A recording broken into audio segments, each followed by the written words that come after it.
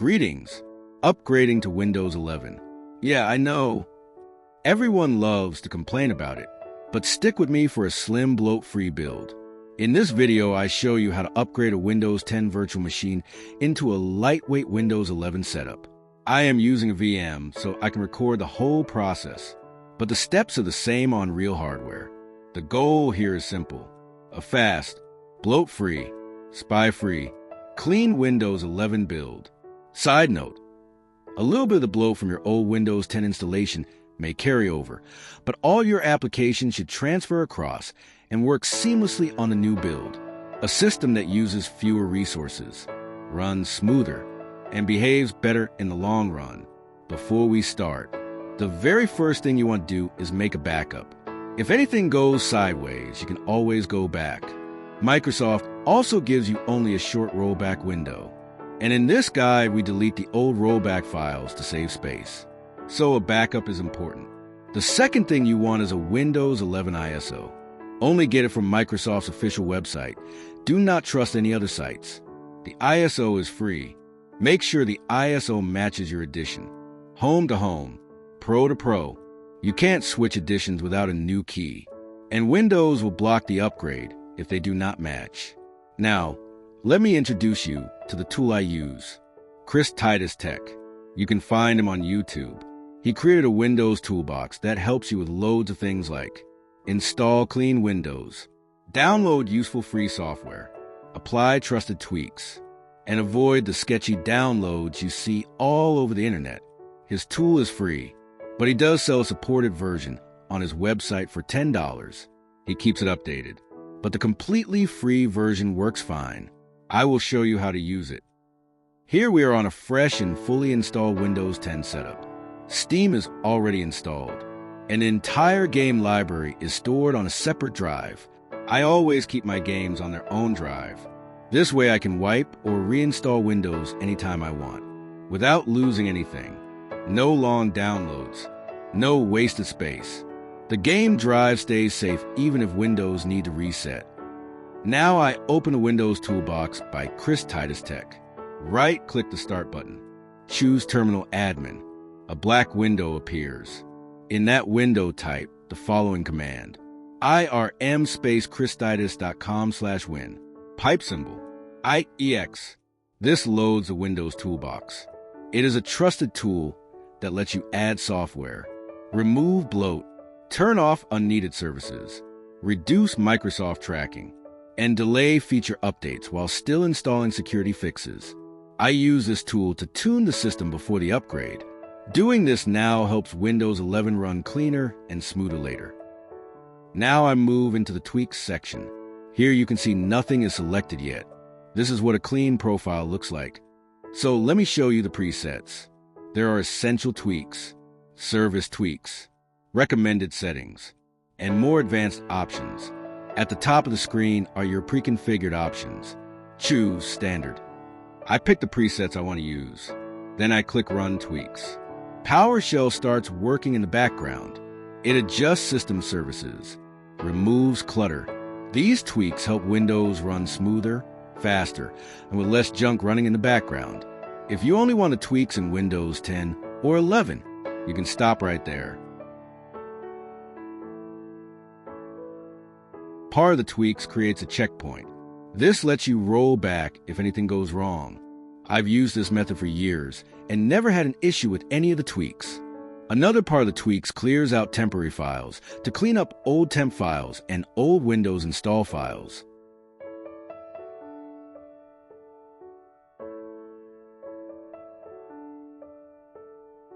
Now I switch over to MicroWin. This is where we build our custom Windows 11 image. First, you need to select the Windows ISO you downloaded from Microsoft. Only use the official Microsoft ISO. Do not use anything from random websites. That is how you get virus-infected builds from hacker groups. Once you pick the ISO, you may get a pop-up. It says you are missing a tool needed for this step. Just click OK.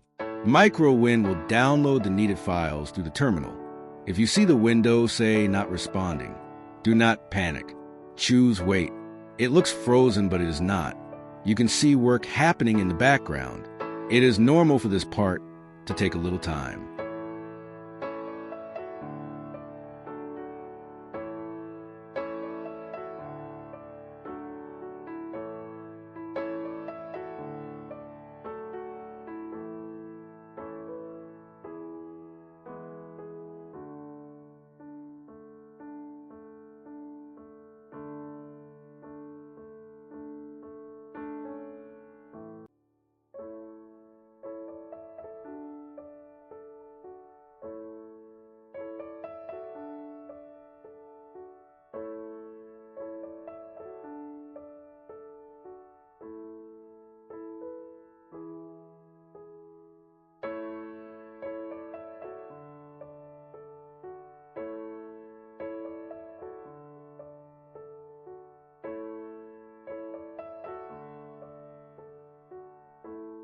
Now I point to the green text on the screen. This shows that the ISO is loaded and ready. Next, I choose import drivers from current build.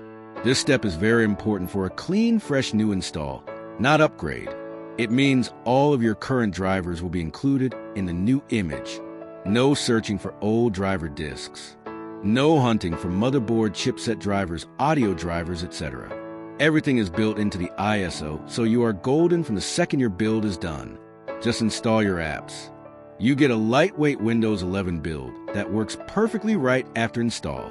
Once it is finished, I scroll down and click Start Process. It will ask you to name the new ISO. Pick a name that tells you what it is. I add the word light to mine.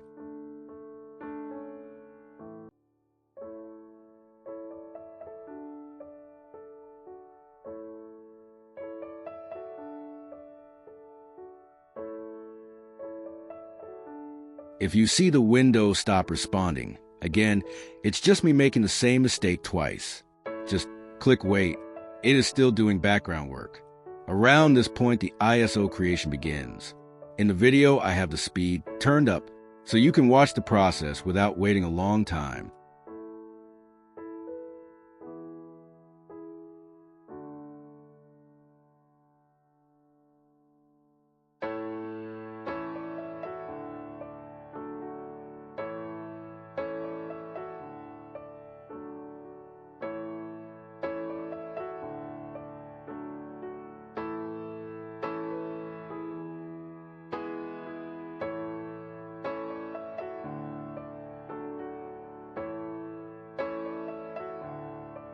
Once the ISO is made, if you're doing an upgrade, all you need to do is right-click it and choose Mount. You will see the ISO show up as an actual CD drive. Open the drive and choose Setup.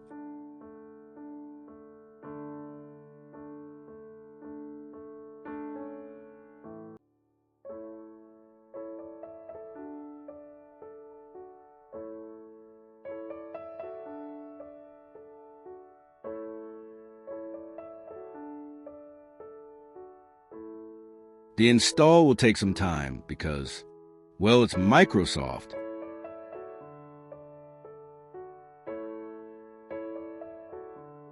I once again dramatically speed up the install progress.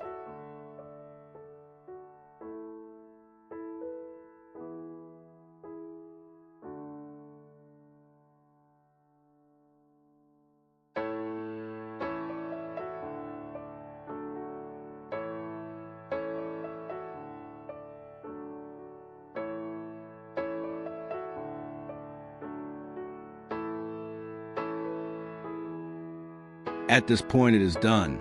You have a lightweight upgrade to Windows 11. But oh no, I hate the interface. I want my movable Windows bars and the feel of old Windows 10. It's okay, folks, I'll get to that. But first, as you see, the only real bloat in the application tree are some that may have come over from Windows 10 or crap you installed yourself. This next screen, I will show you an example of if you wipe your old OS and start with a fresh install of Windows 11.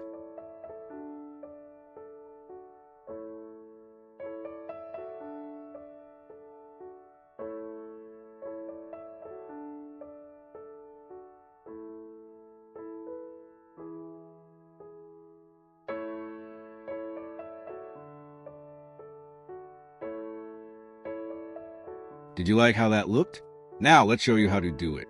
Of course, you have Edge wanting access to your Google and your browsing history and your Gmail accounts and passwords, etc., etc., etc.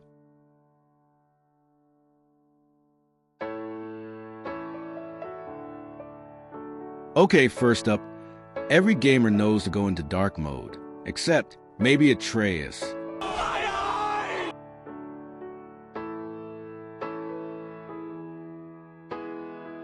Because I am not using a licensed version on my virtual machine, you do not get access to use dark mode or change backgrounds. With a little registry magic, I'll enable dark mode. And changing the background is easy. Just open the image in Windows, right-click it, and choose Set as Background. This only matters if you're not using a licensed version.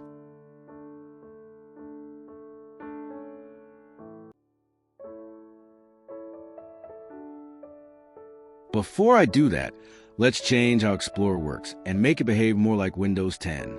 For this, we need to download an app from GitHub. Chris doesn't include this one in his toolkit.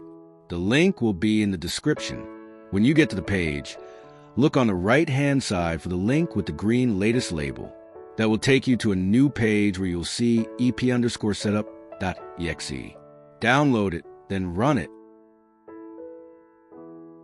You'll notice your toolbar disappear and reappear as the old style bar. If it doesn't, don't worry. I'll show you how to adjust it to look like Windows 10. You can also experiment with the options. There are lots of settings to fine-tune your Windows experience however you like. Here I'm clicking the bar menu item and changing it from center to left and from the Windows 11 style to the Windows 10 style. When you're done tweaking, be sure to click the Restart File Explorer link at the bottom left. This restarts Explorer, so your settings take effect. Now to borrow some magic from the real-life fake wizard for a touch of Registry magic and poof.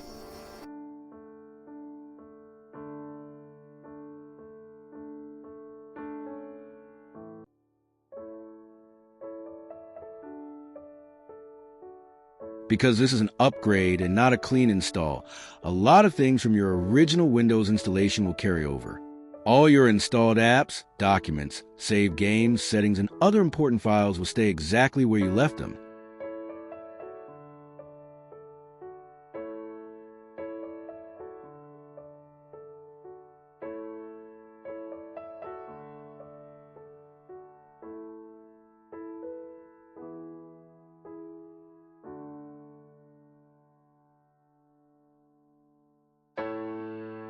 As you can see, I'm going back into Chris Titus Text Toolkit using an administrator terminal, and I'm reapplying the tweaks on the new operating system. This ensures all the tweaks are properly in place on the fresh Windows 11 installation.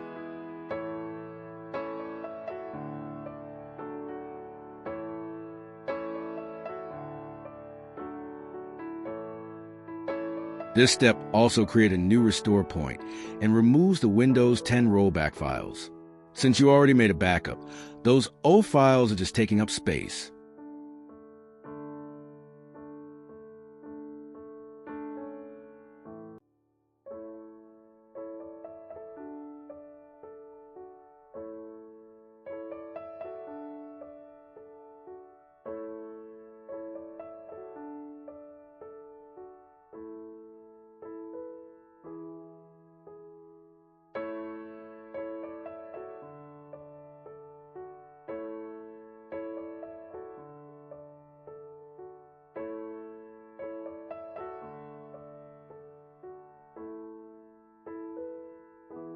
I also set Windows to prioritize security updates.